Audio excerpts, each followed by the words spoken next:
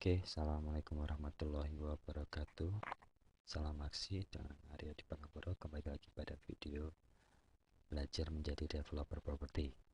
Kemarin ada kata kunci adalah lahan dan munculkan potensi bisnisnya. Nah, lahan yang seperti apa yang harus kita lihat? Eh, kita di dunia properti tidak pernah lepas dari rumusnya Dolf-Ross. Semakin banyak tanah yang Anda lihat, semakin besar potensinya Anda bisa goal menjadi seorang developer atau bisnis properti lainnya. Yang pertama, kita kenalkan dulu rumus 100, 10, 3, dan 1. Apa itu? Cari listing 100 properti yang dijual, survei dan lihat 10 properti, tawar 3 properti, dan beli 1 properti. Nah, kalau dalam rumus unit developer yang saya anut dengan rumus Dovdros ini adalah, maksudnya Anda cari 100 properti, Anda hitung dengan quick count itu ada 10, kemudian Anda lihat dan tawar 3, dan akhirnya Anda action di satu lokasi. Nah, terus 99 properti yang lain bagaimana? Ya kita jual 99 properti yang lainnya. Jangan sampai kita kehilangan potensi uang yang mungkin muncul dari 100 properti itu. Kemudian mencari dan kata kunci. Apa saja? Di mana mencarinya? Anda bisa mencari di koran, googling, majalah, pasang iklan mencari tanah misalnya begitu. Agen, broker, maklar, teman, keluarga, saudara, dari jalan-jalan, karena ada juga properti yang dijual tapi tidak masuk di koran atau tidak diiklankan, hanya dipasang di depan propertinya itu sendiri. Bank atau ke lelang. Kemudian kata kuncinya apa? Kata kuncinya itu jual cepat, butuh uang, pindah kota, gono gini, tanpa perantara. Biasanya kata-kata kunci ini yang propertinya bisa kita tawar dengan harga yang murah.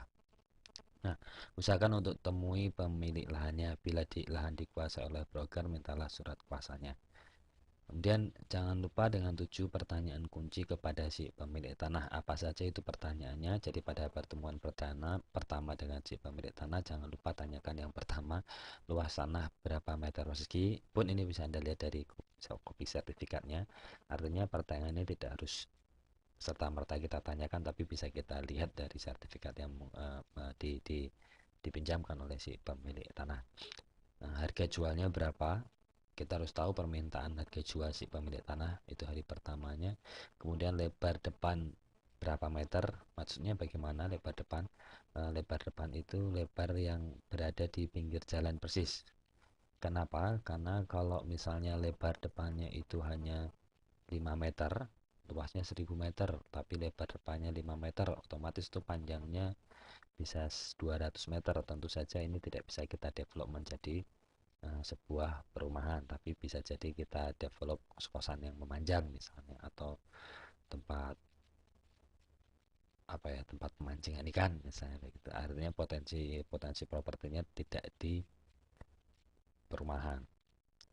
Jenis sertifikatnya seperti apa? Nanti kita bahas lebih lanjut lagi. Jenis sertifikatnya apa saja? Ada ahli warisnya atau tidak? Kenapa perlu kita tanyakan ada ahli waris atau tidak? Eh, karena kasusnya begini, ketika ada ahli waris itu berarti pemilik tanahnya sudah meninggal. Nah, ada ada untungnya juga ketika pemilik tanah sudah meninggal dan ada ahli waris, sehingga kita bisa menawar jangka waktu atau jangka panjangnya. Tapi tidak untungnya atau tidak kerugiannya ketika tanahnya ada ahli waris, misalnya si ahli warisnya ada di Jakarta, satu di Papua, satu di Amerika, sehingga untuk mengumpulkan ketiganya itu agak sulit misalnya begitu. Atau ahli warisnya ada yang di bawah 21 tahun sehingga dia tidak bisa menandatangani transaksi kecuali harus diwakilkan, dan itu melalui pengadilan, dan tentu prosesnya juga tidak cepat.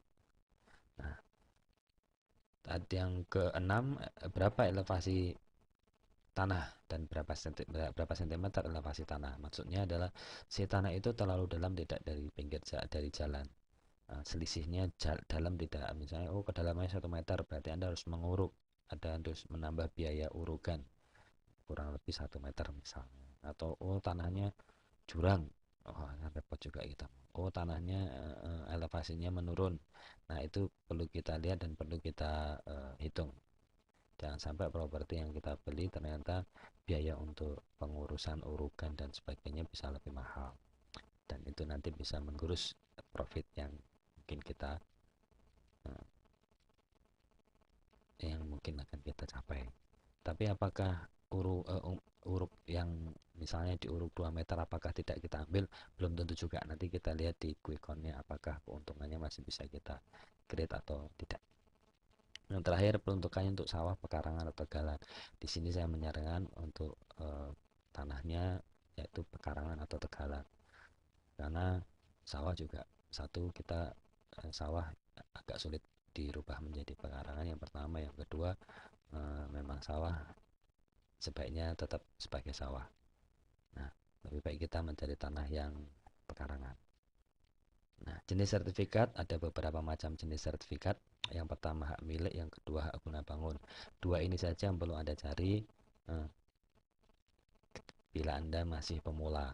Pun kalaupun itu sertifikatnya adalah yang lain-lain, hak guna pakai, hak guna bangun, hak pengelolaan, hak atas tanah rumah susun atau hak kiri atau macam-macamnya, itu Anda perlu proses sampai ke hak milik atau hak guna bangun dulu. Artinya begini, ketika Anda ingin mempersingkat proses sehingga Anda bisa menjual lebih cepat lagi, Anda fokus ke hak milik atau hak guna bangun. Ketika Anda mendapatkan sertifikatnya hak pakai atau lahan kiri atau letter C, itu Anda harus ubah ke hak milik atau hak guna bangun. Tentunya ini memakan jangka waktu yang lebih panjang.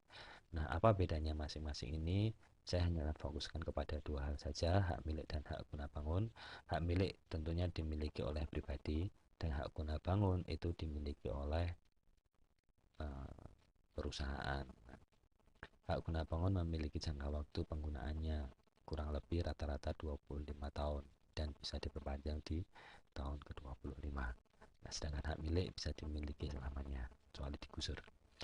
Nah, jangan pasangkan deal di hari pertama. Usahakan pertemuan ulur waktu. Artinya begini, ketika Anda sudah menemui pemilik tanah, jangan pasangkan ada deal di hari pertama. Gunakan hari kedua, ketiga, keempat, kelima untuk melakukan apa yang disebut surlog dan surpas, yaitu survei lokasi dan survei pasar.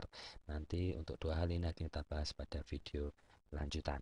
Terima kasih, saya Arya Diponegoro. Assalamualaikum warahmatullahi wabarakatuh.